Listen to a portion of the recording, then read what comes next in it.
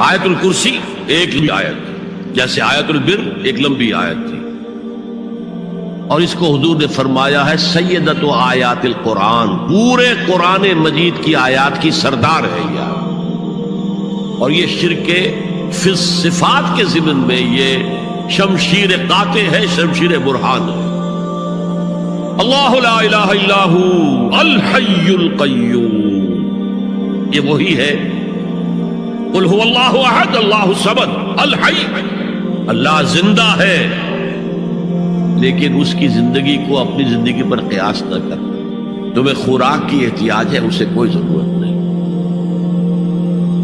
ما ارید منہم من رزق وما ارید ان یطعمون، مجھے کوئی احتیاج نہیں کہ مجھے کوئی رزق پہنچائیں، رزق دیں، مجھے کھلائیں، مجھے کوئی ضرورت نہیں۔ پھر تمہاری حیات نیند، اونگ، تھکان، ان تمام کمزوریوں کے ساتھ ہے۔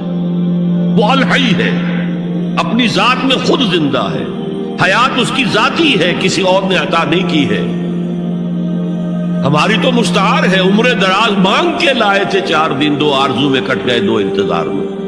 اور القیوم بقیہ پوری کائنات کے لیے وہی ہے، اس کو تھامے ہوئے ہے۔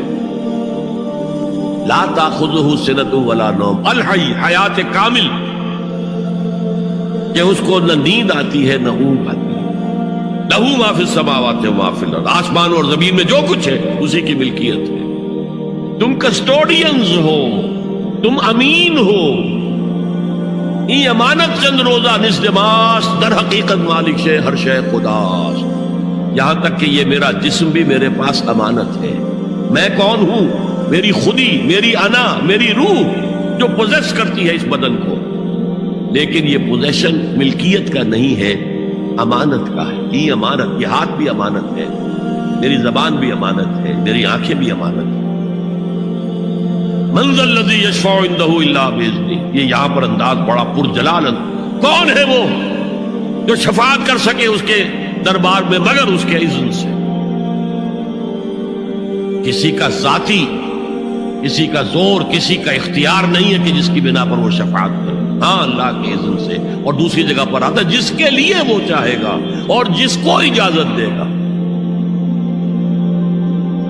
جیسے کہ آتا ہے اما یتساءلون میں یوم یقوم الروح والملائکۃ صفا، اور ان میں سے کوئی بھی بات نہیں کر سکے گا، کلام نہیں کر سکے گا، لا یتکلمون الا من اذن لہ الرحمن، سوائے اس کے جسے رحمان اجازت دے، وقال صوابا، اور صحیح بات کرے گا، کوئی غلط بات نہیں کرے گا۔ یعلم ما بین ایدیہم وما خلفہم ولا یحیطون بشیء من علمہ الا بما شاء، وہ تو جانتا ہے جو کچھ بھی ان کے سامنے ہے اور ان کے پیچھے ہے، اور یہ کوئی احاطہ نہیں کر سکتا مخلوقات میں سے، اس کے علم میں سے کسی کا بھی، سوائے اس کے جو وہ خود چاہے۔ یہاں بڑے ہی لطیف انداز میں شفاعت باطلہ کے تصور کی نفی ہو گئی۔ دیکھیے، آپ کہیں جا کر کسی مجسٹریٹ سے سفارش کرتے ہیں تو کیا کہتے ہیں؟ اجی یہ فائل کے اوپر جو کچھ ہے آپ اس پر نہ جائیے، یہ گواہیاں وغیرہ جھوٹی ہو گئی ہیں، میں آپ کو بتاتا ہوں اصل بات کیا ہے۔ اللہ کے سامنے کوئی یہ کہہ سکے گا اے اللہ تیرے علم میں نہیں ہے، میرے علم میں ہے؟ یعلم ما بین ایدیہم وما خلفہم، وہ تو جانتا ہے جو کچھ ان کے سامنے اور جو کچھ ان کے پیچھے ہے۔ ولا یحیطون بشیء من علمہ الا بما شاء، اور ان میں سے کوئی بھی، جیسے کہ میں ابھی بتا چکا ہوں، بریلوی مکتب فکر بھی کہہ رہا ہے کہ اللہ کا دیا ہوا علم ہے، محمد رسول اللہ کا جتنا ہے، لا محدود نہیں ہے، محدود ہے، قدیم نہیں ہے، حادث ہے، تو جتنا اللہ چاہتا ہے، جس کے لیے جتنا چاہتا ہے، لیکن اس کے علم میں سے احاطہ نہیں کر سکتا کوئی مگر جو وہ چاہے۔ وسع کرسیہ السماوات والارض، اس کا اقتدار چھایا ہوا ہے، مستولی ہے، آسمانوں پر بھی اور زمین پر بھی۔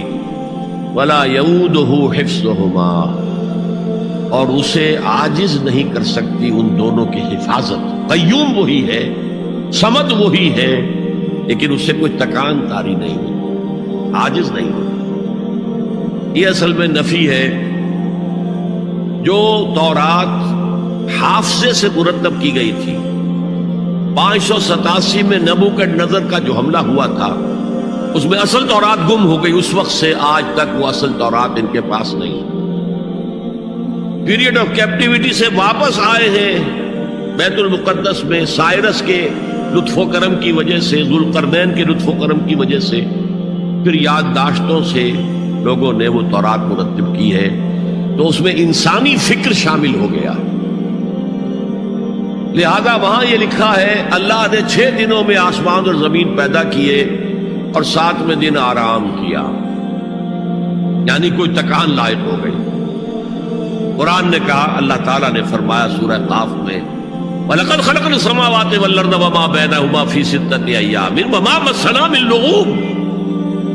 یقیناً ہم نے آسمان اور زمین اور جو کچھ ان دونوں کے مابین ہے انہیں 6 ہی دنوں میں پیدا کیا. وہ بات ٹھیک ہے, لیکن ہمیں کوئی تکان لائق نہیں ہوئی کہ ہمیں کسی آرام کی ضرورت. لا یعودہ حفظہما وہو العلی العظیم. العلی وہی ہے سب سے بلند و بالا. لتکون کلمۃ اللہ ہی العلیٰ, تاکہ اللہ کا کلمہ سب سے سربلند ہو جائے, اور وہی عظیم ہے, عظمت والا. اللہ تعالیٰ مجھے اور آپ کو اس سے بچائے, اپنے سابقہ زندگی کے گناہوں پر توبہ کرنے کی اور اللہ سے استغفار طلب کرنے کی توفیق عطا فرمائے, اور اپنے دینی فرائض کی انجام دہی کے لیے کمر بستہ ہو جانے کا عزم مصمم کر لینے کی توفیق عطا فرمائے.